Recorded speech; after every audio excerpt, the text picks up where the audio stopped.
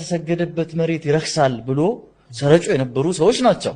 እቺ ሀገር የክርስቲያን ደሴት ናት የሚለውን አምኖ ሲገቱን የነበሩ ሰዎች ናቸው።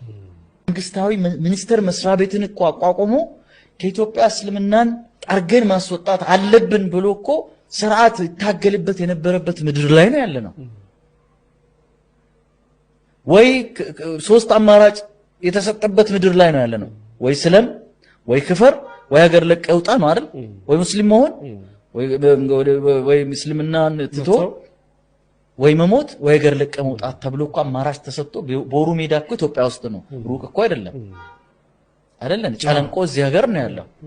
ሐረር ሙስሊሞች ላይ የተፈጸመው፣ በአርሲ ሙስሊሞች ላይ በምኒልክ የተፈጸመው እኮ ሩቅ አይደለም። አሁን እኛ ቁስል ቀስቀሰን እንትን እንፈልገን አይደለም። እንደውም ሰልችቶናል። እንዴ ማናንደደይ ለምን መሰለ? ለዘመናት ፕሪንት ጭንቅላታቸው ውስጥ ፕሪንት የተደረገ ልባቸው ላይ የተለጠፈ በአንድ አይለቅም። ይሄን ደግሞ ሳስበው አናደደኝም፣ ግን ይለቃል በግድ እናጥባቸዋለን። ያ በጣም ምንም ውስጤን ነው ተጥቷል አይደል? አሁን ያናዳል።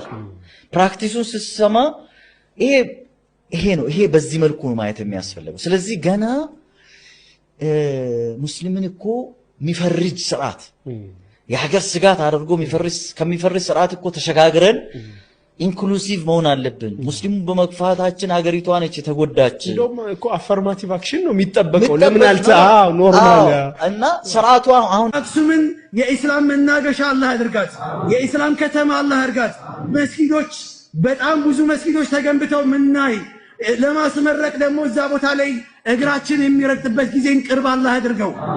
هذا وصلى الله على سيدنا محمد። አሁን የሚሻለው ምንድነው ያላችሁ እንደሆነ ሙስሊም ሁኑ። ሙስሊም ከሆናችሁ በቂ ነው። اليوم أكملت لكم دينكم وأتممت عليكم نعمتي ورديت لكم الإسلام دينا። ኢትዮጵያ እና ኢትዮጵያውያን አረብኛ ለመማር በጣም ነው ይጎዳን። ክፋይካ ተክፉ ይጠብስ አለበት ያ አላህ አገር ያ አላህ። እስልምና ላይ ምንም ነገር ያለ ምንም ምክንያት አልተደረገም። አሁን ሰው ሁሉ ቂጡን የማይታጠብ የለም። ኢትዮጵያ ውስጥ ሶፍት አይጠቀምም። ነውር ነው ኪንታሩን ድሮ ነውር ነበረ። ወንድ ልጅ እንዴት ቂጡን ያጥባል በውሃ እየተባለ እንዴት ሽንቱን ያጥባል እየተባለ አሁን ሳይንስ በሙሉ ሹፌር በሙሉ ኢትዮጵያዊ በሙሉ ሶፍት አይጠቀም። አሁን ቂጡን በውሃ ነው የሚያጥበው። 72 ሴት ፈልገን ይልሃል። ስንት እንደዚህ እርምጥምጥ እዚህ ሲል መጠመጥ አይደል እንደሚውለው እዛ ጋር ጀነት ተብሎ ተስፋ ካላደረክ እንደዛ አይነት ነገር ተስፋ ካላደረክ አላህ እንደዛ አይነት ስርዓት ካላዘጋጀ ታዲያ ምኑን ጀነት ሆነው? እዚህ ሲጥመሰመስ ነው ሴት ለሴት ሲሄድ ነው የሚውለው ሰው።